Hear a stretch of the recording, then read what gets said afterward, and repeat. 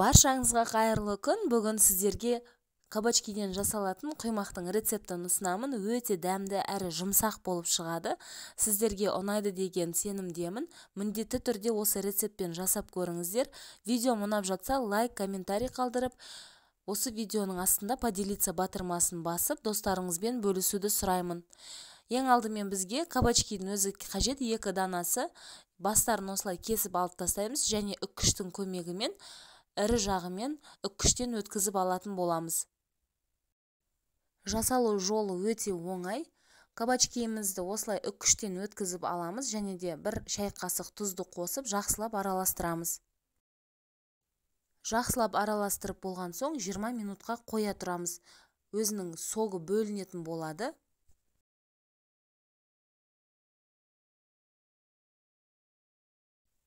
Жиырма минут өткеннен кейін міне осындай соғы бөлінді. Қолымыздың көмегімен осылай сығып, суынан ажыратып аламыз.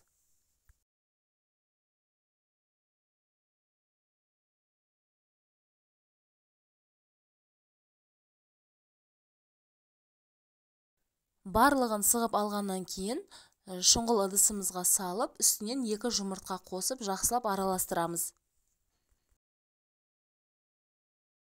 Жарты шай қасық тұз қосатын боламыз. Барлығын біркелкі етіп араластырып аламыз.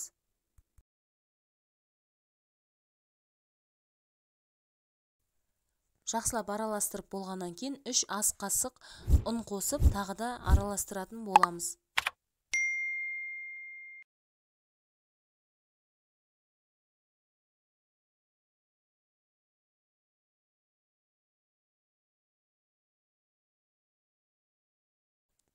Маған массам сұйықтау болып көрінді. Сол себепті мен тағы да 1 ас қасықтай ұн қосатын боламын.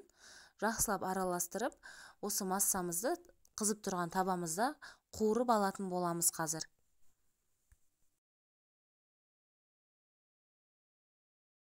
Қызып тұрған табамызға азғантай май құйып, ас қасықтың көмегімен 1 ас қасықтай осылай котлет тәрізді салып шығатын боламыз.